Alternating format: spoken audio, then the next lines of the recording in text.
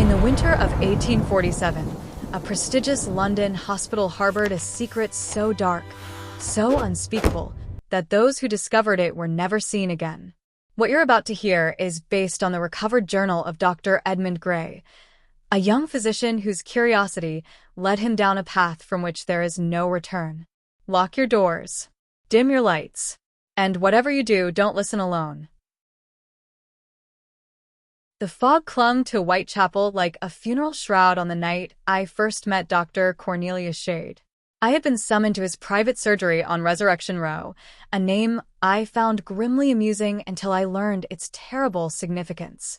My letter of introduction trembled in my pocket as I approached the building, a narrow structure of blackened brick that seemed to lean away from its neighbors, as though they recoiled from its presence. The door opened before I could knock. "Dr. Grey, I presume?" The voice emerged from shadow. "You're late. The fog, sir, The fog is always here, Dr. Grey. Punctuality separates the professional from the pretender." Dr. Shade stepped into the gaslight, and I suppressed a shudder. He was a tall man, gaunt to the point of cadaverous, with hands that seemed too long for his arms. His eyes, deep-set and colorless, fixed upon me with an intensity that made me feel like a specimen pinned for examination. "Come. We have work tonight." I followed him through corridors lined with jars, so many jars, their contents obscured by murky preserving fluid. The air smelled of carbolic acid and something else, something organic and wrong. "You come highly recommended," Shade said without turning. "Top of your class at Edinburgh. Skilled hands. And most importantly," he paused at a heavy iron door. "You ask no questions when discretion is required. I assure you, Dr. Shade, my dedication to the medical arts is precisely why you'll do what must be done." He produced a key from his waistcoat. "Medicine advances not through timidity, Dr. Grey, but through courage. The courage to go where others dare not tread." The door swung open onto a surgical theater unlike any I had seen. The operating table gleamed under a constellation of gas lamps. Instruments lay arranged with military precision.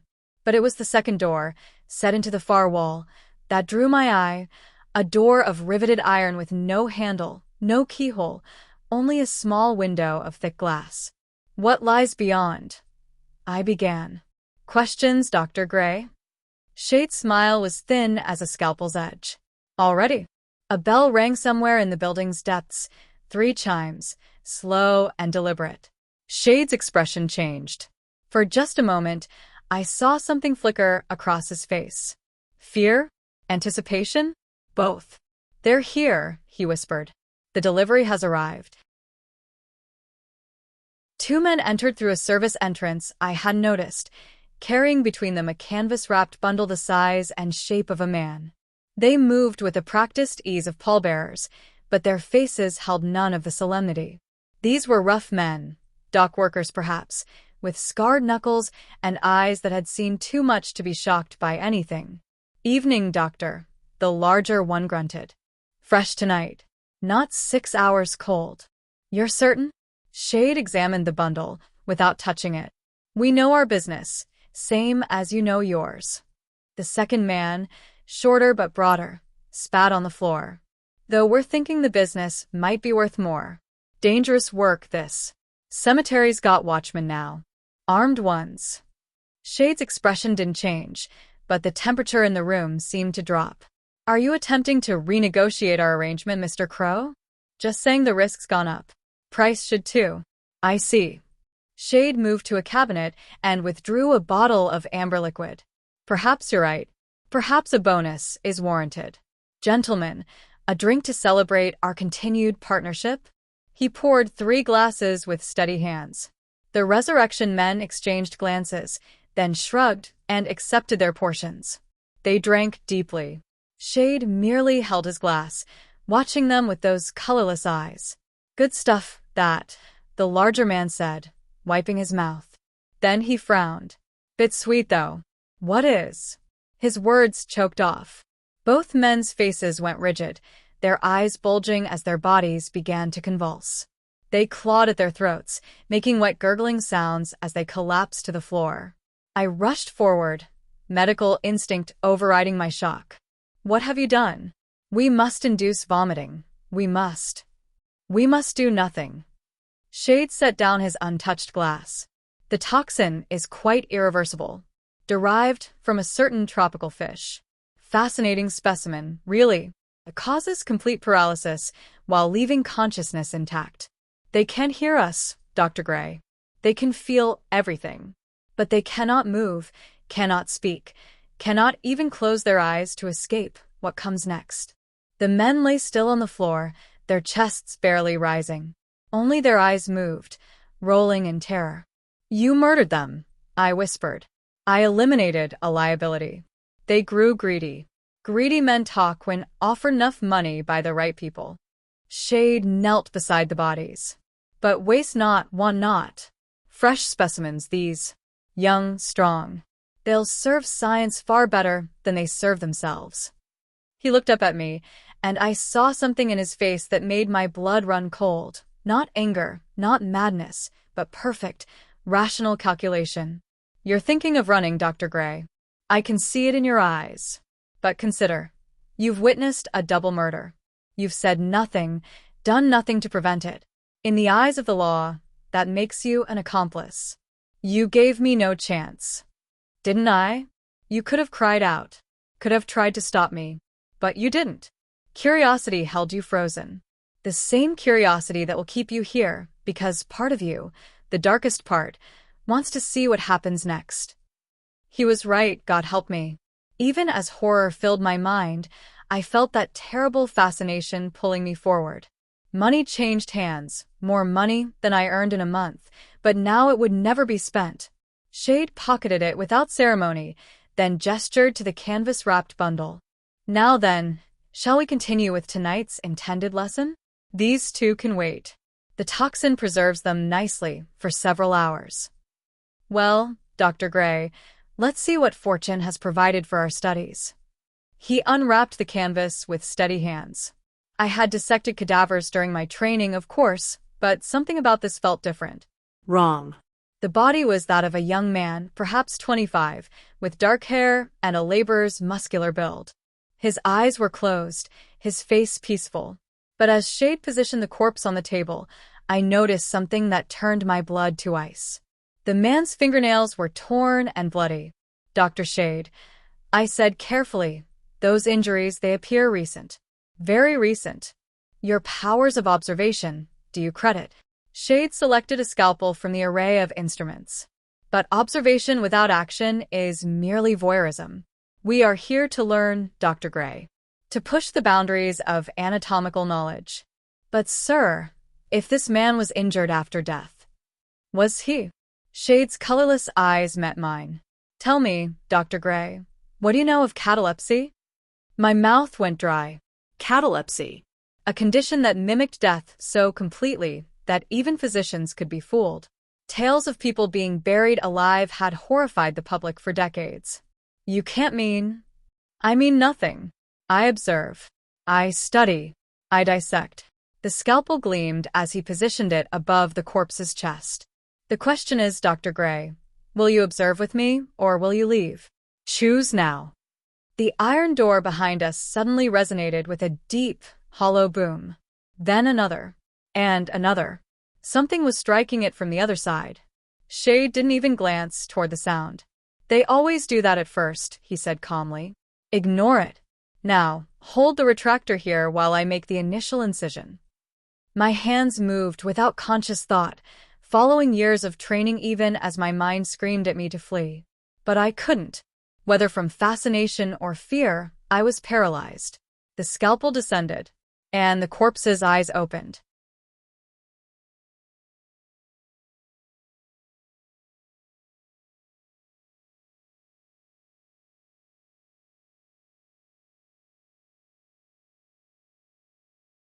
I staggered backward, knocking over a tray of instruments that clattered across the floor like screaming metal. The body on the table convulsed, its mouth opening in a silent scream. But Shade merely sighed, annoyed. Reflex action, he said dismissively. Posthumous nerve response. I had hoped you possessed stronger nerves, Dr. Grey. That was not a reflex. He's alive. We must. He is dead, Dr. Grey. Or he will be, momentarily. The human body clings to life with remarkable tenacity, but it is ultimately futile. Shade placed a chloroform-soaked cloth over the man's face. You see? The thrashing ceases. Merely the final electrical impulses of a dying nervous system. The young man went still. Too still. What have you done? I whispered. What must be done? Do you think the great anatomists of history waited for the condemned to hang before advancing their knowledge? Do you think progress comes without sacrifice? Shade returned to his work with mechanical precision. The body before us is legally dead, Dr. Grey. Death certificate signed by a certified physician, myself, and filed with the proper authorities. What happens to it now is in service to science. But he was breathing. So, do fish on a dock. Does their suffering concern you when you eat your dinner? The scalpel sliced through skin and muscle. Life and death are not binary states, Doctor. There is a gray realm between them, and it is in that twilight that true understanding lies. The booming from the iron door intensified. Now I could hear other sounds behind it, dragging footsteps, the scrape of nails on metal, and something that might have been voices if voices could sound so utterly devoid of hope. I found my voice, though it came out barely above a whisper. The first time. When did you first cross this line? Shade paused, scalpel in hand. For a moment, his mask of cold rationality slipped, and I saw something human beneath, something broken and grieving. Does it matter? It matters to me. He set down the instrument and moved to a cabinet I hadn't noticed, withdrawing a daguerreotype in a tarnished frame. The image showed a young woman with kind eyes and a gentle smile, her hand resting on the shoulder of a small boy. My wife, as I mentioned, Margaret, and our son, Thomas. 6 years old, when the fever took him. 3 days later, pneumonia claimed her as well. His fingers traced the glass. I was a gifted surgeon, Dr. Grey. I saved dozens of lives. But I could not save the two that mattered most. So you turned to this? I turned to research. To understanding. If I could comprehend death at its most fundamental level, perhaps I could prevent it. Or reverse it. He returned the daguerreotype to its place. The first experiments were purely anatomical. Preservation techniques. Then I discovered certain chemical compounds that could maintain tissue integrity far beyond normal decomposition. And then, he trailed off, staring at the iron door. Then I found something that should have remained hidden. In the journals of a physician who practiced in Haiti, I read of powders that could simulate death so perfectly that burial occurred while the victims still lived. And of other powders that could wake them again, though what woke was not quite human anymore. Zombie, I breathed, remembering the tales from Caribbean sailors. A crude term for a complex phenomenon. But yes. I obtained samples. I experimented. And I succeeded far beyond what even those island witch doctors imagined possible. His eyes gleamed with unholy pride. They could merely suppress the conscious mind. I could preserve it, trap it, keep the awareness intact within an obedient shell. That's not triumph, I said. That's damnation. Perhaps. But it's also immortality, of a sort. And isn't that what every human secretly craves? Not like this. Never like this. How many? I asked, unable to stop myself. How many are behind that door? Shade paused in his dissection. For the first time since I'd met him, he smiled, truly smiled, and it was the most horrible thing I had ever seen. Would you like to see?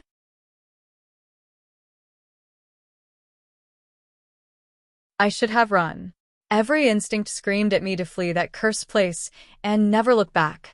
But the same morbid curiosity that had drawn me to medicine, that had made me volunteer for this apprenticeship, compelled me forward as Shade approached the iron door. He produced a different key from his waistcoat, this one hanging on a silver chain around his neck. What you are about to witness, Dr. Grey, represents the culmination of 15 years of research. The preservation of human tissue beyond the normal boundaries of death. The reanimation of flesh that should, by all natural law, be rotting in the ground. The key turned in a lock I could not see. Mechanisms clicked and ground within the door's thickness. You see, the problem with traditional anatomical study is its temporary nature. Bodies decay. Knowledge is gained, yes, but the specimens are lost. But what if? The door began to swing open, releasing a blast of cold air that smelled of formaldehyde and corruption. What if we could keep them functional? Learning, always learning. The chamber beyond was vast, far larger than should have fit within the building's dimensions. My eyes struggled to adjust to the dim greenish light emanating from glass vessels mounted on the walls. Each vessel contained luminescent fluid, casting an underwater pallor over everything. Chains hung from the ceiling at regular intervals, and at the end of each chain, I cannot adequately describe what I saw. They had been human once. Some recently, their features still recognizable despite the gray pallor of their skin. Others were older, their flesh leathery and preserved by unnatural means, their joints moving with grotesque fluidity. But what truly struck me was their organization. They stood in rows like soldiers at attention, and as Shade entered, they all turned their heads in eerie synchronization, tracking his movement with eyes that held a terrible awareness. Beautiful, aren't they? Shade walked among his creations like a shepherd among his flock. Each one a perfect specimen, preserved at the moment of death and maintained in a state of suspended animation. They require no food, no rest. They exist only to serve the advancement of medical knowledge. How many? I managed to ask. 47, Shade replied with casual pride. Though with tonight's acquisitions, that number will increase. I've had to expand into the cellars of neighboring buildings. The landlords are quite amenable when properly compensated, and they ask no questions about the sounds. One of the figures reached toward me, with decomposing hands. I saw the remnants of a wedding ring on its finger, tarnished green. The flesh around it had contracted, making the band dig deep into the swollen flesh. That one was my first, Shade said with something almost like fondness. My wife, actually. Pneumonia took her in 1832. I could not accept it. So I began to experiment, and I discovered that death need not be permanent. Not truly. The thing that had been his wife groaned, a sound like wind through a damaged bellows. Its mouth worked, and I realized with mounting horror that it was trying to speak. Mama, make it stop. The words were barely recognizable, forced through vocal cords that had partially decomposed. But the meaning was clear. Shade's expression didn't change. Fascinating, isn't she? After all these years, fragments of memory persist. She recognizes me, I believe. Sometimes she reaches for me, as she did in life. She's begging you to end this. I shouted. Can't you hear her? I hear residual neural patterns attempting to mimic speech. Nothing more. But there was something in his voice, doubt? Denial? The Margaret I loved is gone. This is merely tissue, cleverly animated. You don't believe that. For the first time, Shade's composure cracked.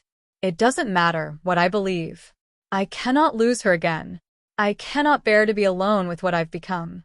His outburst echoed through the chamber, and all 47 figures turned toward us, their mouths opening in a chorus of groans that might have been sympathy or mockery, or simply the sound of eternal suffering. Shade took a shuddering breath, forcing himself back under control. Forgive me. Emotional attachment is a weakness I should have excised long ago. He gestured, and several of the figures shambled forward, forming a circle around us. I noticed that each wore a metal collar, and from each collar ran a thin wire that connected to a central apparatus against the far wall, a complex arrangement of batteries, coils, and glass vessels filled with that same luminescent fluid. My greatest achievement, Shade said, gesturing to the machine. Galvanic animation, but refined. Perfected. The electrical current stimulates the nervous system, keeping the tissues responsive. The chemical solution prevents decay. Together, they maintain a state that is neither life nor death, but something between. And the consciousness? The awareness. An unexpected side effect. Or perhaps a fundamental property of existence we don't yet understand. He approached the machine, adjusting dials with practiced ease. I've found that higher brain functions deteriorate over time, but never completely vanish. Even the oldest specimens respond to complex commands, suggesting some form of cognition persists. "That's not cognition," I said, my voice hollow. "That's torment." Of course, the mind deteriorates. Consciousness fades, replaced by something more primitive. But the body endures, Dr. Grey. The body endures, and that is what matters for our purposes. "This is madness," I breathed. "You're not preserving them. You're torturing them." "Am I?" Shade tilted his head, genuinely curious. "Are they aware enough to suffer?" "That is an excellent question. One I explore daily through careful observation and experimentation." He gestured, and the figures shambled forward, forming a circle around us. The newest ones still scream, but they learn quickly that screaming changes nothing. The older ones have forgotten how. Which state is preferable, do you think?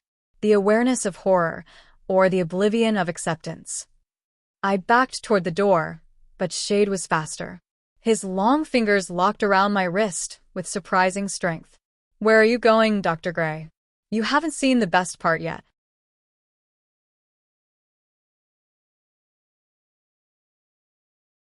He dragged me deeper into the chamber, past rows of suspended bodies in various states of preservation. Some hung limp in their chains, others twitched and spasmed. At the far end stood an empty chain, its shackles open and waiting. But as we moved through the ranks of the undead, I noticed something that filled me with a new kind of terror. Some of the figures weren't chained at all. They stood freely, though they remained motionless, and they wore the remnants of medical coats. "Your previous assistants," I said. "Very observant." Shade gestured to a figure whose face I recognized from anatomical journals, Dr. Heinrich Volker, a brilliant German physician who had disappeared 3 years prior. Dr. Volker made the mistake of threatening to expose me. He learned that threats have consequences. Another figure stepped forward at Shade's gesture. This one had been dead longer, its features partially decomposed, but the gold tooth still visible in its rictus grin identified it as Dr. James Whitmore, who had vanished in 1843. "5 assistants before you, Dr. Grey. Each one brilliant. Each one ultimately unreliable." He pulled me toward the empty chain. "But I've refined my technique. The newer ones retain more cognitive function. More useful that way." "I've been seeking an assistant," Shade said conversationally. "Someone with your gifts, your potential. Someone who could continue the work should anything happen to me. But I've learned that living assistants are unpredictable. They develop consciences. They threaten to report to authorities." "Please," I gasped, struggling against his grip. "Dr. Shade, I'll tell no one. I swear it." "Oh, I believe you." He pulled me toward the empty chain. "Because the best way to ensure silence is to make speech impossible." The corpse from the operating table stumbled into the chamber, moving with the jerky gait of a marionette operated by an amateur. Chloroform-induced death had indeed claimed it, but now it moved again, animated by whatever devil's chemistry Shade had perfected. You see how quickly the process works? Within hours, the neural pathways reorganize. Motor function returns, albeit crudely. Higher reasoning vanishes, replaced by simple imperative, obey. I wrenched free and ran, but the other figures closed in, creating a wall of dead flesh between me and the exit.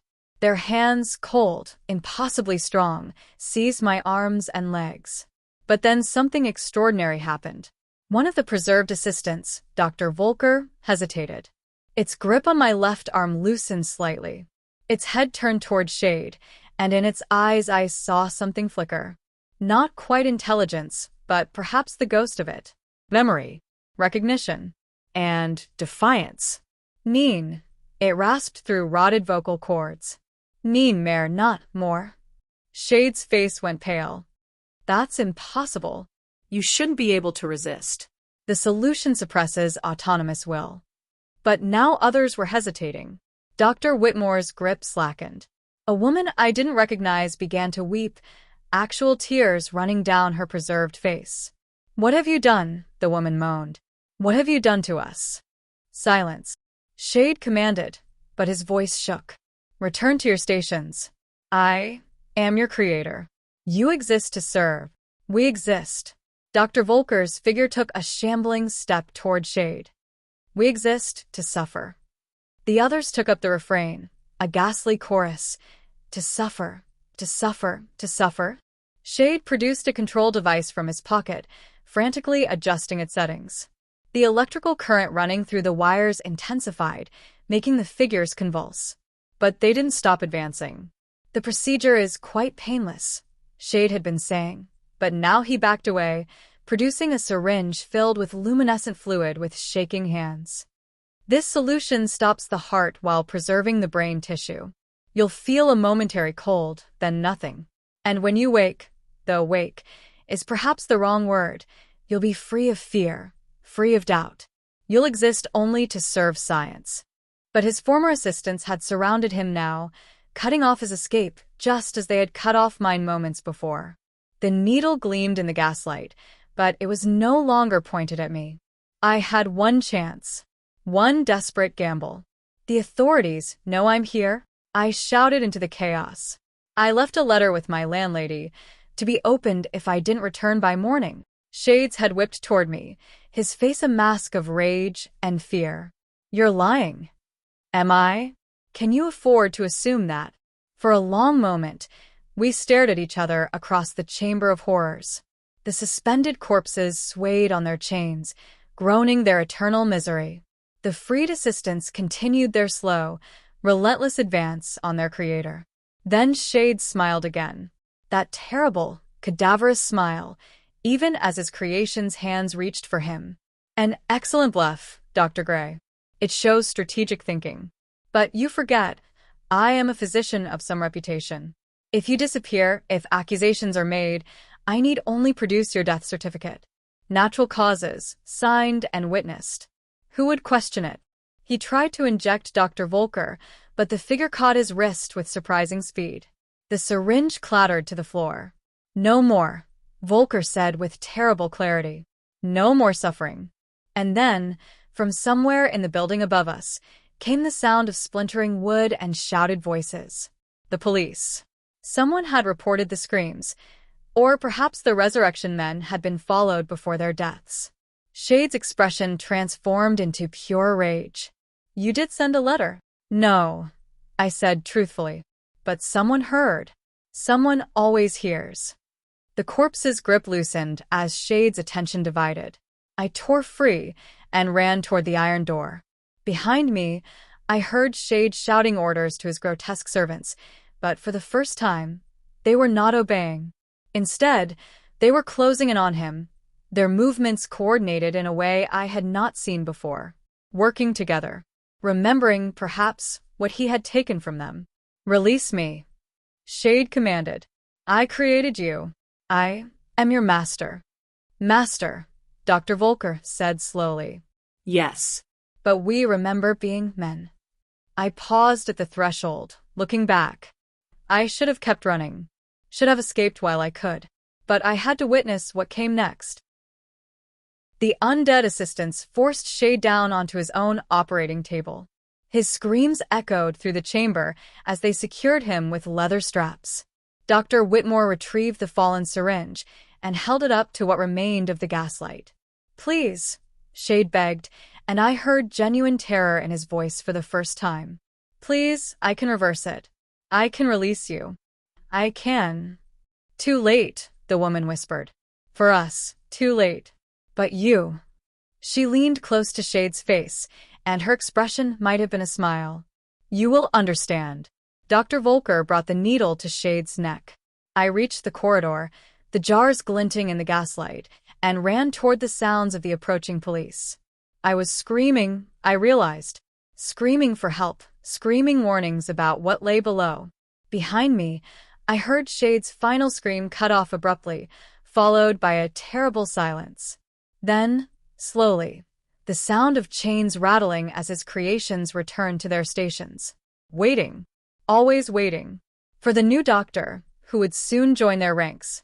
The police found me collapsed in the entrance hall, incoherent with terror.